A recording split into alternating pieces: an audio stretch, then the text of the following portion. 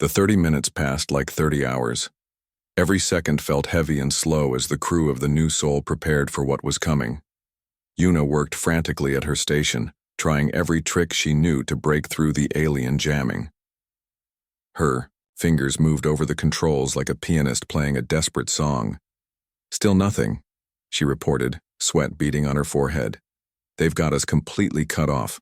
No communications, no emergency beacon, nothing." Jiwan had torn open several control panels and was rewiring systems with the speed of someone who had done emergency repairs in combat before. "I'm trying to get the engines back online," she said without looking up from her work.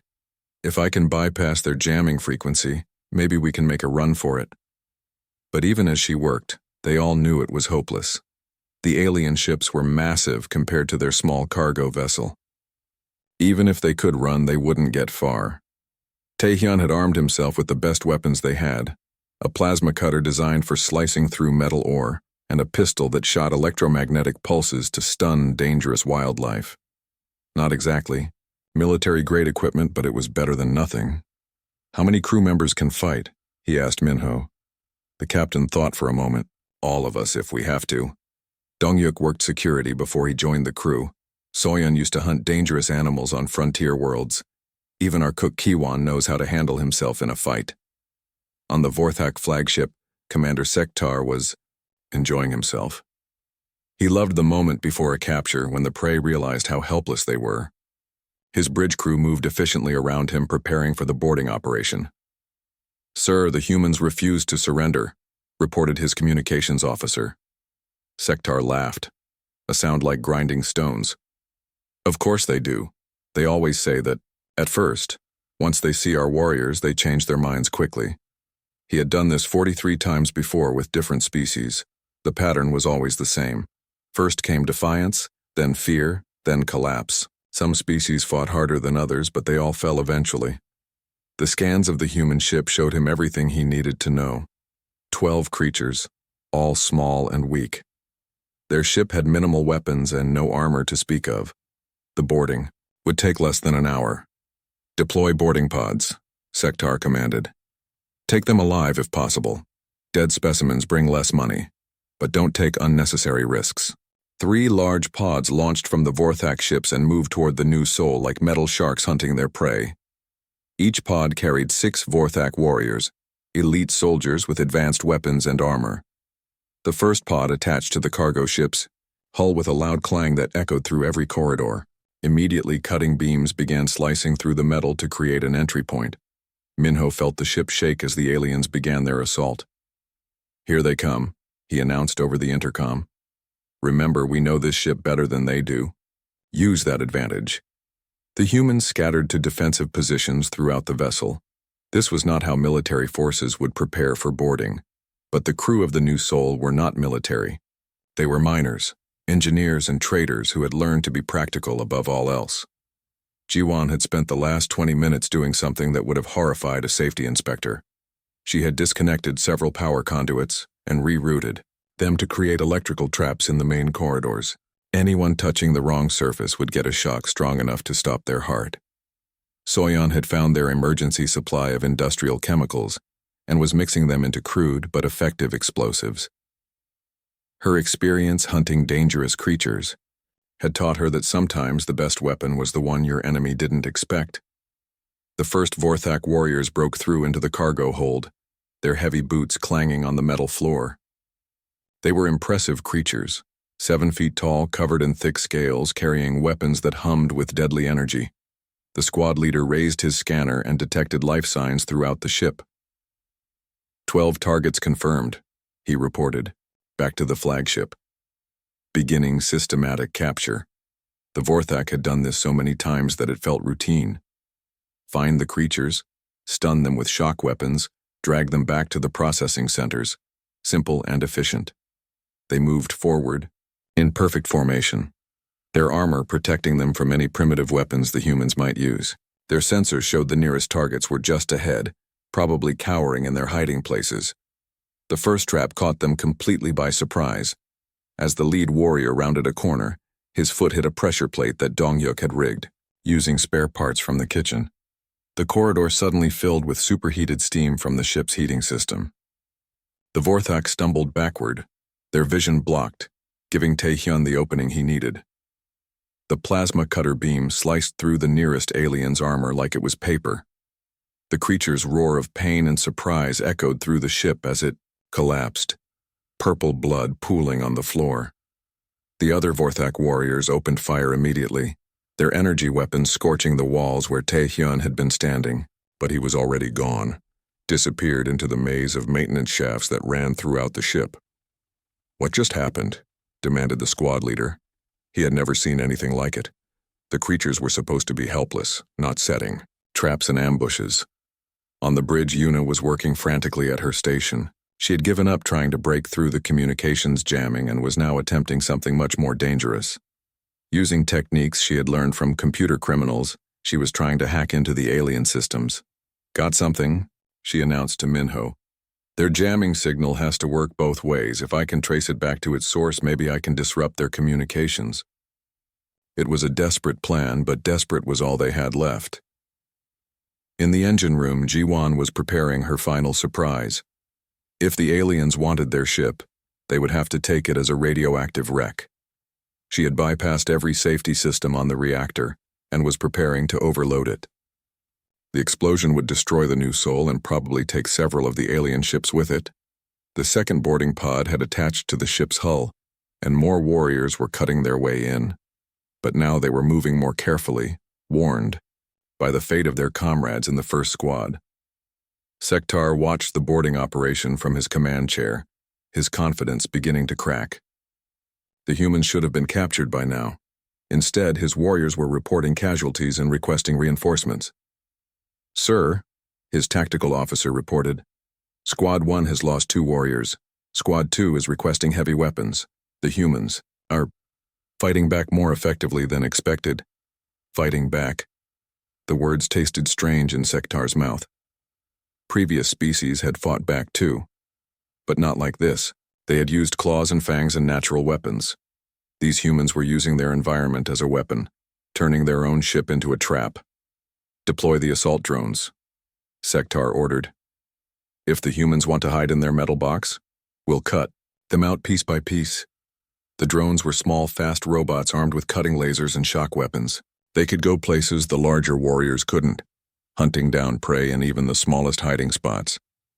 But as the drones entered the ship, they encountered something the Vorthak had never seen before.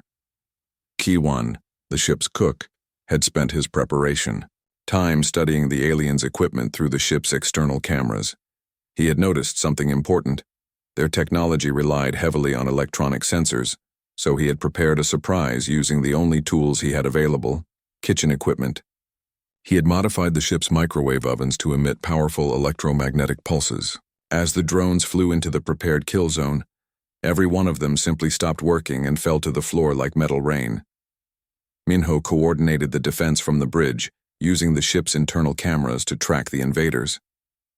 His crew was scattered throughout the vessel, each one using their unique skills to create chaos for the boarding parties.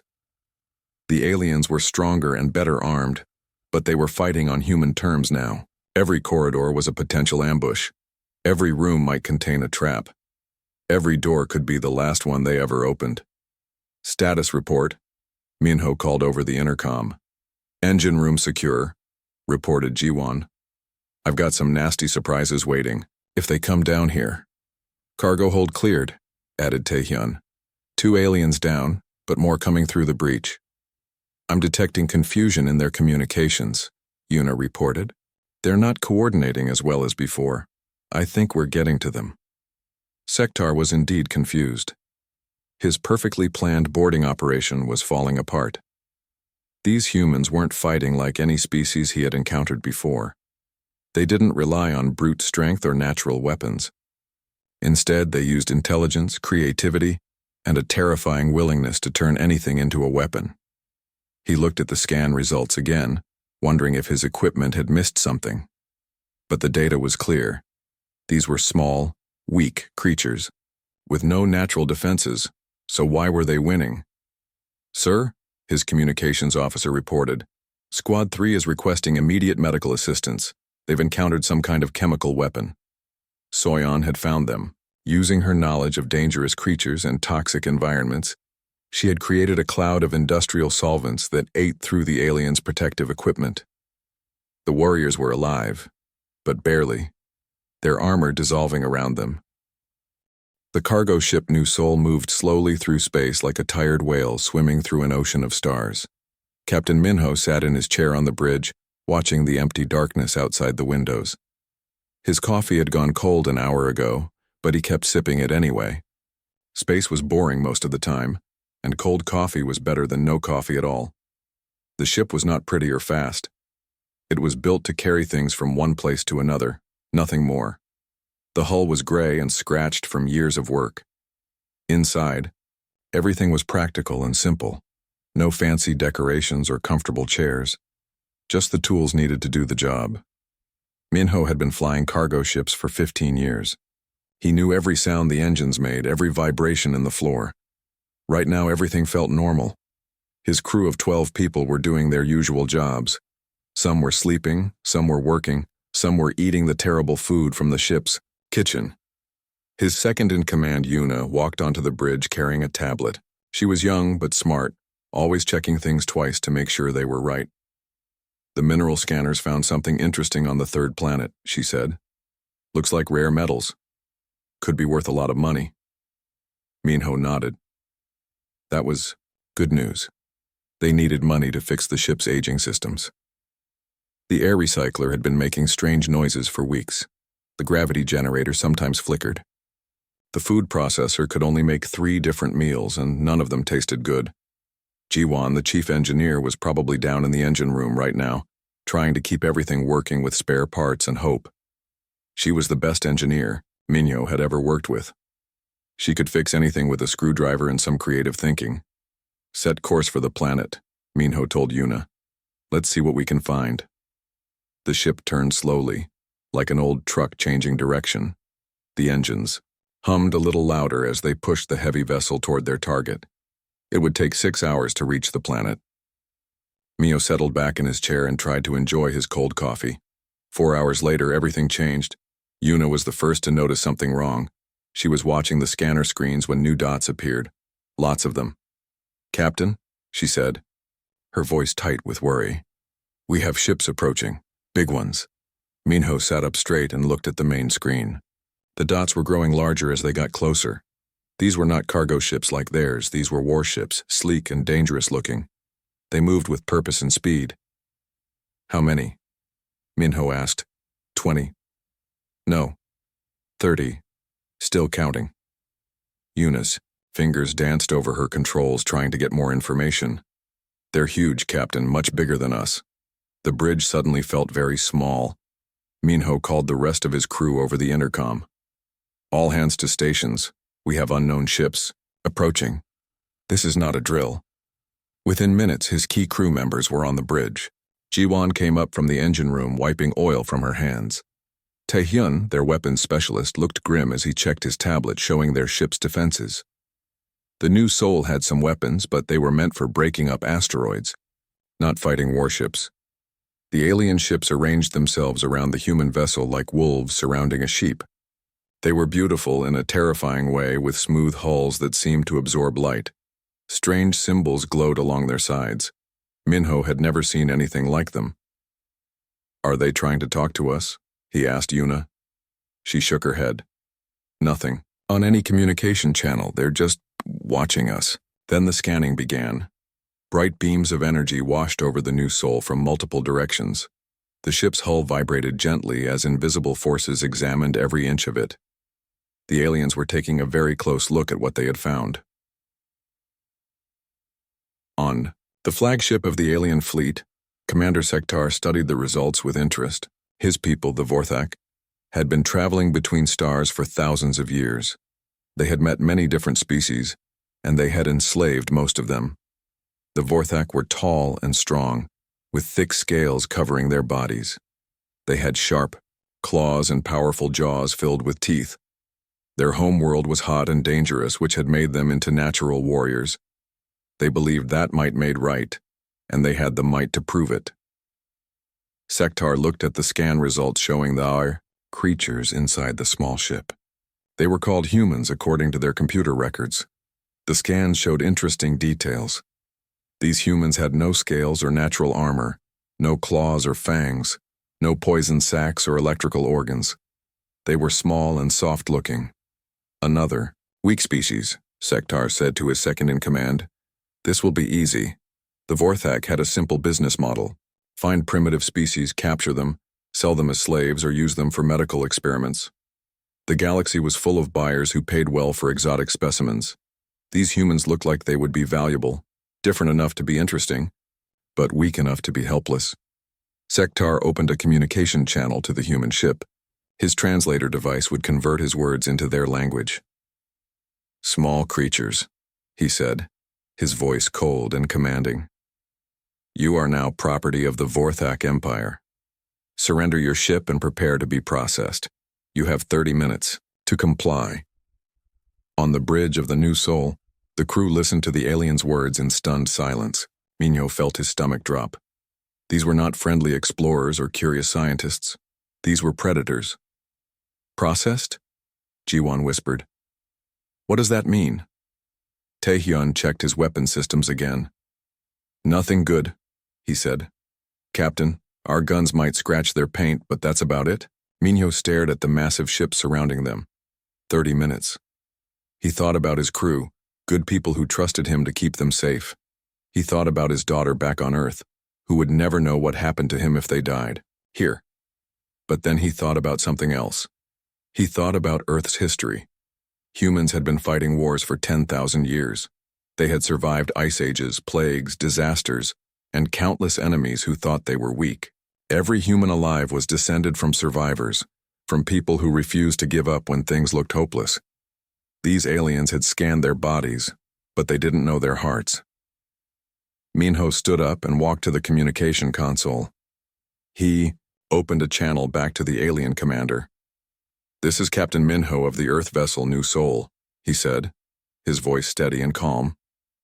We do not surrender, we do not submit, and we do not fear you. He closed the channel and turned to his crew. Their faces showed fear, but also determination. They were scared, but they were not broken. Jiwan, can you boost our engines? Minho asked. She shook her head. They're jamming our systems, we can't run. Taehyun, what weapons do we have? Mining lasers, plasma cutters, some explosive charges for breaking up rocks. Nothing designed for ship-to-ship combat. Yuna, can you get a message to Earth?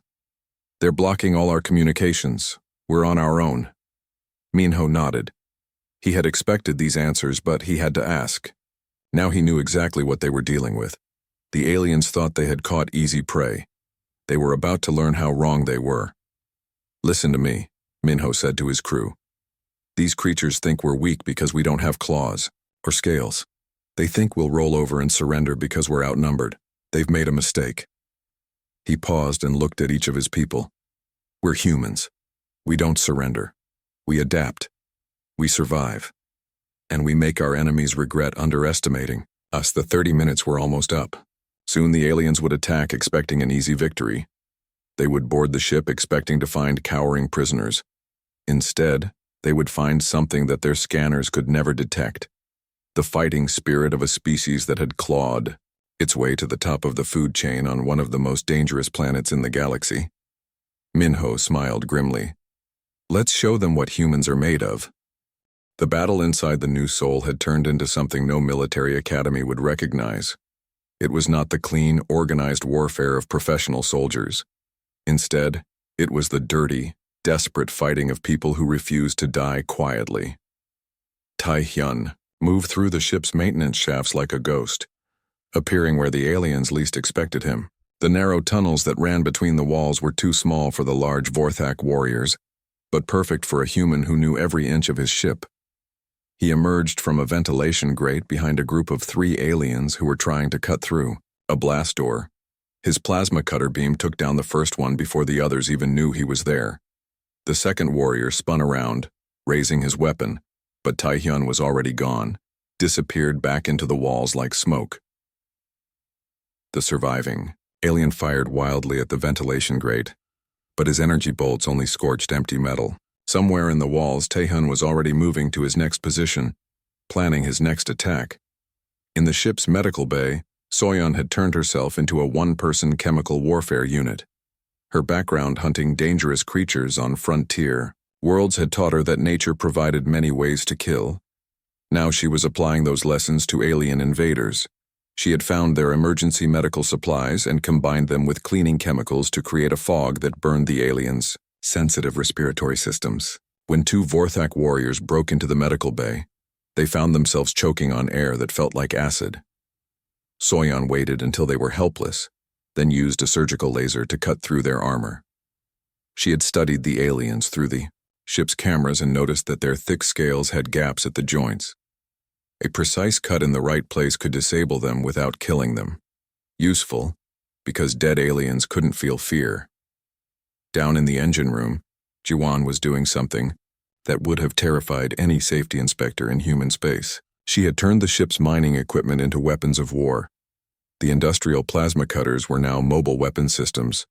The ore processors had become factories for producing explosive devices. But her greatest creation was something entirely new. She had studied the Vorthak weapons left behind by their fallen warriors and discovered how they worked. Then she had done something that only a human engineer would think of. She improved them. Using spare parts from the ship's systems, she had built a device that could overload the aliens' energy weapons, turning them into bombs in their users' hands. It was crude, improvised, and completely unprecedented. Exactly the kind of solution humans were famous for. When the next squad of Vorthak warriors entered the engine room, their weapons simply exploded. The aliens stood stunned, looking at the twisted metal that had been their advanced firearms, while Jiwon smiled from her hiding place behind the reactor housing. On the bridge, Yuna had accomplished something that should have been impossible. She had broken into the Vorthak communication network using nothing but a cargo ship's computer and her knowledge of how desperate people think. The alien security systems were designed to stop sophisticated military hackers, not a freight operator who was too angry to give up. She had found weaknesses by thinking like someone who had nothing to lose and everything to gain. "I'm in their system," she announced to Minho. "I can hear everything they're saying to each other." What she heard was chaos. The Vorthak warriors were reporting casualties, equipment failures, and encounters with weapons they couldn't identify. Their perfect coordination was breaking down as fear and confusion spread through their ranks. Squad 7 requests immediate backup, came one report. "We've lost 3 warriors to some kind of invisible enemy. Squad 4 has encountered unknown chemical weapons," reported another. "All members require immediate medical attention." "Squad 9's weapons have malfunctioned," came a third report. "Some kind of sabotage device. We're defenseless." Minho listened to the alien communications with grim satisfaction. The enemy had expected an easy victory, but they were learning that humans didn't believe in easy defeats. In the ship's workshop, Dong-yuk was proving that security training from the rough frontier worlds was worth more than advanced alien technology. He had taken apart several pieces of mining equipment and rebuilt them into traps that would make a military engineer proud. His masterpiece was a device that looked like a simple supply crate. When curious aliens opened it to see what was inside, it released a cloud of metallic particles that interfered with their electronic equipment. Their armor's life support systems failed, their weapons stopped working, and their communications went dead. The psychological effect was even better than the physical damage.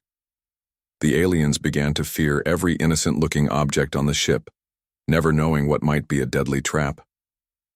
Commander Sektar watched the boarding operation fall apart. From his command chair, his confidence crumbling like a building in an earthquake. Nothing was going according to plan. His warriors were elite soldiers who had conquered dozens of species, but these humans were beating them with kitchen equipment and spare parts. "Sir," his tactical officer reported, his voice shaking with fear. "We've lost contact with squads 3, 5, and 8. Squad 7 is reporting that their weapons are malfunctioning. Squad 4 is requesting emergency medical evacuation." Sektar studied the tactical display, trying to understand what was happening. The humans had no advanced weapons, no military training, no apparent advantages. So why were his professional soldiers losing to a bunch of freight haulers? Deploy the gas weapons, he ordered. If we can't capture them conscious, we'll take them unconscious. The Vorthak had used nerve gas on stubborn prey before. It was efficient and usually non-lethal. A few minutes of exposure would render any creature unconscious for hours, allowing easy capture and processing. But when they released the gas into the new soul's ventilation system, they discovered another human characteristic that their scanners had missed: adaptability under pressure. Kiwan had noticed the change in air quality immediately. His experience preparing food for crews on dangerous worlds had given him an unusually good sense of smell. He recognized the chemical signature of the gas and immediately activated the ship's emergency air purification systems. More importantly, he had prepared for this possibility. Using medical supplies and knowledge gained from cooking in toxic environments, he had created crude but effective gas masks for the entire crew. When the aliens expected to find unconscious prisoners, they found humans who were still very much awake and very much angry. The tide of battle was turning. The Vorthak had superior numbers, better weapons, and advanced technology, but they were losing the one thing that mattered most in combat: initiative. Every alien warrior who entered the ship now moved with fear instead of confidence. They checked every corner twice, approached every doorway as if it might explode, and jumped at every sound. Their careful military formations broke down as paranoia spread through their ranks. Minho coordinated the defense like a conductor directing a very violent orchestra. He moved his people through the ship using routes the aliens couldn't predict, concentrating force where it would do the most good, pulling back before the enemy could respond. Taehyun, there's a group of 4 aliens in Section C. Can you get behind them? Already on my way, Captain. Give me 2 minutes. Soyeon, I need you to create a distraction in the cargo hold, something that will pull their attention away from the bridge. I've got just the thing. Some of their own smoke grenades, modified to work a little differently than they expect. The aliens had been fighting like they were hunting animals. But animals didn't set traps, didn't coordinate attacks, didn't learn from their enemies' mistakes and adapt their tactics accordingly. The Vorthak were discovering that they had made a fundamental error in judgment. These weren't animals. They were predators. Yuna had found something interesting in the alien communications. The Vorthak were not just soldiers. They were slavers planning to sell the human crew to the highest bidder.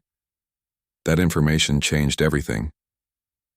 Captain, she said quietly, I know what they want to do with us.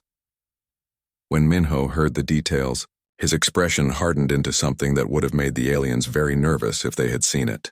The prospect of being sold as slaves didn't terrify the crew of the New Soul. It made them furious. Humans had a long and bitter history with slavery. They had fought wars to end it, built societies to prevent it, and developed a cultural hatred for anyone who tried to practice it. The aliens had not just threatened the crew's lives, they had touched something deep and angry in the human soul. Jiwon's voice came over the intercom, tight with controlled rage. Captain, I've been listening to the comm chatter. These things want to sell us like cattle. I heard, Minho replied. Are you thinking what I'm thinking?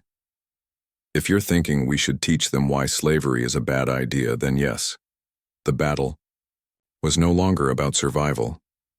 It had become something much more dangerous for the Vorthak. It had become a lesson in human history, and humans had always been very good teachers when properly motivated. Commander Sektar had lost more warriors in the last hour than in his previous 10 campaigns combined. The humans were not just resisting, they were winning. Every tactical advantage his people possessed seemed useless against an enemy that refused to fight by the rules. Deploy the battle drones, he ordered, his voice harsh with frustration. All of them. I want every corridor of that ship swept clean. The battle drones were the Vorthak's answer to stubborn resistance. Each one was the size of a small vehicle, armed with multiple weapon systems and protected by advanced armor. They could operate in environments that would kill organic soldiers, and they felt no fear or hesitation. 50 drones launched from the Vorthak ships and swarmed toward the New Soul like mechanical wasps. They cut their own entrances through the hull, bypassing the areas where the humans had set their traps. On the human ship, Minho watched the new threat approaching on his screens. The drones were impressive pieces of technology, far beyond anything his crew could match in direct combat. But humans had never believed in fighting fair when their lives were at stake. "Jiwan," he called over the intercom. "How good are you with electromagnetic theory?" "Better than I am with alien battle drones," she replied from the engine room. "What do you have in mind?" "Every piece of advanced technology has a weakness. These drones have to communicate with each other somehow. Can you jam their signals?" Jiwan was already pulling up the ship's sensor data on the approaching drones. "Their communication frequency is interesting. It's similar to our own ship's internal network. I might be able to do more than jam it." What she had in mind was something that only a human engineer would think of. Instead of blocking the drones' communications, she was going to hijack them. The first wave of drones entered the ship through holes they had burned in the outer hull. They moved with mechanical precision, scanning each room systematically for human life signs. Their weapons were charged and ready, their targeting systems locked onto any movement. They found Taehyun first. He was waiting for them in the main corridor, standing in plain sight with his hands raised as if surrendering. The lead drone's sensors identified him as a primary target and prepared to fire a stunning blast that would leave him unconscious but alive for processing. The drone's weapon fired, but Taehyun was no longer there. He had dropped through a floor panel that Jiwan had loosened in preparation, falling into the maintenance level below. The energy blast struck a carefully placed mirror made from polished metal, reflecting back toward the drone that had fired it. The reflected blast overloaded the drone's own systems, and it crashed to the floor in a shower of sparks. But that was only the beginning of Jiwan's plan. While the drones were distracted by Taehyun's disappearing act, she activated her masterwork, a device that sent false signals through the drone's communication network. Suddenly, each drone's targeting computer thought that every other drone was actually a human in disguise. The mechanical killers turned on each other with deadly efficiency, their advanced weapon systems destroying their fellow machines with precision shots. Within minutes, the corridor was filled with smoking wreckage, but Sektar had expected the first wave to fail. It was a testing probe, designed to learn about human defensive capabilities. Now he knew that these creatures were more dangerous than any enemy he had faced before. It was time to stop playing games. "Release the neurotoxin," he ordered. "Full ship saturation, I don't care if we damage the specimens." The neurotoxin was a Vorthak weapon of last resort, a gas so deadly that a single breath would shut down the nervous system of any known life form. It was expensive and difficult to produce, but it had never failed to end resistance. The gas canisters struck the new Soul's hull and began releasing their deadly contents into the ship's atmosphere. Within minutes, every room should be filled with invisible death. But once again, the aliens had underestimated human ingenuity. Kiwan had been studying the Vorthak weapons and equipment through the ship's external cameras. His experience cooking in dangerous environments had taught him to recognize different types of toxins and chemical threats. When he saw the gas canisters, he immediately understood what they were. "Everyone to the sealed areas now," he shouted over the intercom. "Emergency Protocol 7. Emergency Protocol 7 was something the crew had drilled for but never expected to use. It involved sealing themselves into the ship's most secure compartments and switching to emergency life support. But Kiwan had modified the protocol using his knowledge of chemistry and cooking. He had identified which areas of the ship had the best air filtration systems and had prepared them with improvised scrubbers made from kitchen equipment and cleaning supplies. It was crude compared to military chemical protection, but it worked.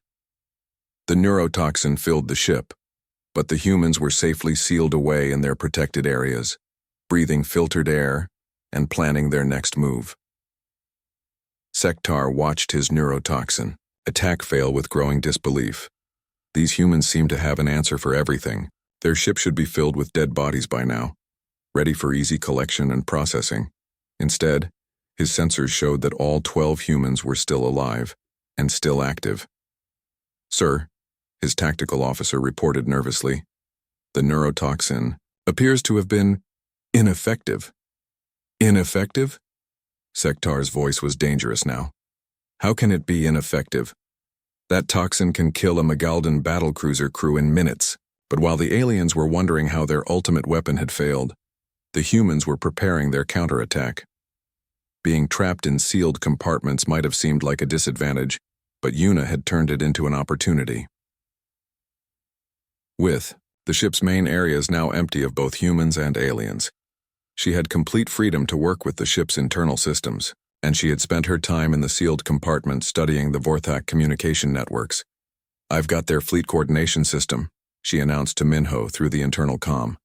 "I can see everything, their ship positions, their battle plans, even their personal communications." What she found in those communications was very interesting. The Vorthak were not just frustrated, they were scared. Their elite warriors were reporting supernatural encounters, impossible weapons, and tactics that made no sense according to their military doctrine. More importantly, she discovered that the Vorthak had a weakness that humans could exploit. Their entire society was built on hierarchy and absolute obedience to authority. If she could disrupt their command structure, their coordination would collapse. "Minho," she said, "I have an idea, but it's dangerous." "Everything we've done today has been dangerous," he replied. "What do you have in mind?" Instead of just monitoring the alien communications, Yuna wanted to take control of them.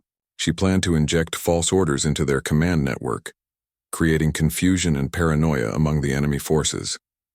It was an ambitious plan that required her to outthink an advanced alien computer system using nothing but human intuition and desperation. But desperation had been their greatest weapon so far. While Yuna worked on her electronic warfare, the rest of the crew prepared for what they all knew was coming next. The aliens would eventually try to board in person again, probably with their best troops and heaviest weapons. Jiwan had used the time to prepare more surprises. The ship's mining equipment had been completely converted into defensive weapons. The ore processing systems had been turned into factories producing explosives and chemical weapons. Even the food preparation areas had been converted into ammunition manufacturing. Taehyun had studied the disabled Vorthak weapons and armor, learning their weak points and capabilities. He now knew exactly where to aim for maximum effect and had shared that knowledge with the rest of the crew. Donghyuk had turned the entire ship into a maze of traps and ambush points. Every corridor had multiple kill zones, every room had escape routes, and every innocent-looking object might be a deadly surprise. But the most important preparation was psychological. The crew of the New Soul had discovered something about themselves that they had never known before. When faced with slavery or death, they became something more dangerous than any alien had ever encountered. They became humans with nothing left to lose. Sektar made his final decision. He would lead the next assault himself, with his personal guard of genetically enhanced super soldiers. These were the elite of the elite, warriors who had never known defeat. "Prepare my battle armor," he commanded. "I will personally end this embarrassment." The Vorthak commander had conquered 43 different species in his career. He had faced creatures with natural armor, deadly toxins, psychic powers, and advanced technology. None of them had been able to resist his personal assault, but he had never faced creatures who could turn a cargo ship into a fortress, mining equipment into weapons of war, and kitchen supplies into instruments of death. He was about to learn why humans were different from every other species in the galaxy. And the lesson was going to be very, very painful. Commander Sektar stood in his personal armory, watching his servants attach the pieces of his ceremonial battle gear. The armor was a work of art, each scale hand-carved from the bones of his defeated enemies, each weapon forged from metals, found on worlds he had conquered. He had worn this armor 43 times before, once for each species he had personally broken. Today would be the 44th time, and he expected it to be the easiest victory of all. His personal guard of 8 super soldiers stood ready behind him. These were not ordinary Vorthak warriors. They were genetically modified killing machines, bred specifically for combat, trained from birth to know only obedience and violence. Each super soldier was 9 feet tall and armored in the finest military equipment the Vorthak could produce. Their weapons could cut through starship hulls, their armor could withstand direct hits from ship-mounted cannons, and their enhanced nervous systems gave them reaction times faster than any natural creature. "Today we end this farce," Sektar announced to his troops. "These humans have embarrassed us long enough. When we return, I want every one of them alive for the processing chambers. They will learn the price of defying the Vorthic Empire." On the new Sol, Yuna had accomplished something that should have been impossible. She had not only broken into the Vorthak command network, she had taken control of it. Using techniques that combined human intuition with desperate creativity, she had convinced the alien computer systems that she was a legitimate command authority. "I'm in," she announced to Minho. "I can see everything. Their ship layouts, their troop movements, even Sektar's personal communications. And Minho, I can control their systems." This was the moment that would define the battle. The aliens had superior technology, but technology was only as good as the people controlling it. And now a human was controlling their technology. Jiwan had spent the time during the neurotoxin attack creating her masterpiece, a device that no military engineer in the galaxy would have thought possible. Using spare parts from throughout the ship, she had built something that combined human engineering with captured alien technology. It was a weapon that looked like a simple toolbox, but contained enough destructive power to level a city block. More importantly, it was designed to work specifically against Vorthak armor and genetic enhancements. "I call it the Equalizer," she told Minho over the comm. "Their super soldiers might be faster and stronger than us, but they still need their armor's life support systems to survive." The final assault began when Sektar's boarding pod attached to the new Sol's command section. Unlike the previous attacks, this one was perfectly coordinated. The super soldiers moved with mechanical precision, their enhanced senses scanning for any sign of human presence. But the ship they entered was no longer the same vessel the Vorthak had first scanned. Every surface had been modified. Every system had been converted to serve the defense. Every room had been turned into a potential Treppen. The first super soldier through the breach triggered a trap that Dongyuk had spent hours perfecting. What looked like a simple corridor was actually a killing ground designed by someone who understood both human psychology and alien technology. The floor gave way, dropping the enhanced warrior into a pit filled with broken pieces of Vorthak equipment. Their own armor and weapons turned into spikes and cutting edges. The creature's enhanced healing factor might have saved it from normal injuries, but these wounds were made by its own people's technology.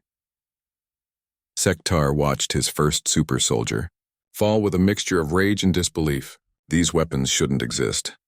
The humans had no access to anti-Vorthak technology. They should have been helpless against genetically enhanced opponents. But they weren't helpless. They were creative. Taehyun appeared from a maintenance shaft, above the remaining super soldiers, dropping among them like a human missile. His weapon was not the plasma cutter he had started with. It was something entirely new, built by Jiwan from captured alien components and human desperation. The device sent out a pulse of energy that interfered with the super soldiers' genetic enhancements. Their enhanced strength faded, their improved speed vanished, their perfect coordination collapsed. For the first time in their artificially extended lives, they felt fear. Soyeon emerged from her hiding place with weapons that would have horrified any civilized being. She had combined her knowledge of dangerous creatures with the ship's medical supplies to create biological weapons, specifically designed to target Vorthak physiology. The aliens' thick scales provided no protection against a toxin derived from their own nervous systems extracted from the fallen warriors and refined using equipment meant for processing asteroids. It was crude, improvised, and absolutely devastating. One by one, Sektar's super soldiers fell, not to superior technology or overwhelming force, but to human ingenuity applied with desperate creativity. Each death was a lesson in why underestimating humans was a fatal mistake. Yuna had been busy during the final assault, using her control of the Vorthak systems to create chaos throughout their fleet. She sent false orders to their ships, redirected their weapons to target each other, and, most importantly, she learned something crucial about their society. "Minho," she called over the comm, "I found their weakness. The entire Vorthak Empire is controlled by fear of authority. If we can break their command structure, they'll collapse. The plan that formed in Minho's mind was audacious beyond belief. Instead of just surviving the alien attack, he wanted to turn the tables completely. He wanted to make the hunters into the hunted. Sektar found himself alone with Minho in the ship's command center, his super soldiers defeated by creatures he had thought were primitive animals. The human captain stood calmly before him, showing no fear of a warrior who had conquered dozens of worlds. "Your scanners told you everything about our bodies," Minho said quietly, "but they missed the most important thing about humans. We adapt, we learn, and we never, ever give up." The Vorthak commander raised his weapon, intending to end the conversation with violence. But the weapon would not fire. Jiwan had been very busy during the battle, and every piece of Vorthak technology on the ship was now under human control. "You came here thinking you had found easy prey," Minho continued. "You scanned our bodies and saw weakness. But you should have scanned our history. You should have learned what we've survived." Sektar tried to activate his armor's enhancement systems, but they too were under Yuna's control. For the first time in his life, the great conqueror was helpless. 10,000 years of warfare, Minho said, stepping closer to the paralyzed alien. Ice ages that should have killed us, plagues that decimated our populations, disasters that wiped out entire civilizations. And through it all we survived, we adapted, we overcame. The Vorthak commander could only watch as Yuna's control of his fleet systems became complete. His ships were turning their weapons on each other, following orders from a human who had outsmarted their most advanced computers using nothing but determination and creativity. "You made one crucial mistake," Minho told the defeated alien. "You assumed that because we don't have claws or scales or natural weapons, we must be weak. But our weapons are not in our bodies. They're in our minds." The battle was over, but the war was just beginning. As word of the Vorthak defeat spread through their empire, other enslaved species began to see something they had never seen before: hope. The humans had done more than survive their encounter with the galaxy's most feared slavers. They had shown that the Vorthak could be beaten, that their technology could be turned against them, that their seemingly invincible warriors could fall to creatures they had dismissed as harmless. Yuna sent a message to Earth using the Vorthak's own communication networks, her words traveling faster than light to reach humanity's home. "First contact established. We have encountered an aggressive species that practices slavery. They are technologically advanced but tactically predictable. We have achieved victory through superior adaptability and creative thinking." She paused, then added the words that would reshape humanity's place in the galaxy. "Recommend immediate military preparation. We are not alone, and we are definitely not defenseless. The galaxy is about to learn what humans are capable of when properly motivated." As the new soul limped toward human space, using captured Vorthak technology to repair its damaged systems, the crew reflected on what they had accomplished. 12 people with mining equipment and desperate creativity had defeated an empire that had conquered dozens of worlds. Jiwan worked to integrate alien technology with human engineering, creating hybrid systems that were better than either species could build alone.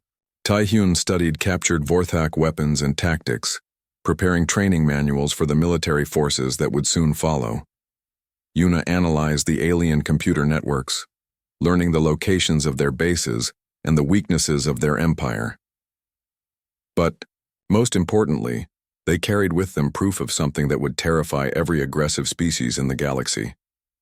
Humans were not just another primitive race waiting to be conquered. They were survivors from a death world called Earth, descendants of creatures who had fought their way to the top of the most competitive ecosystem in known space.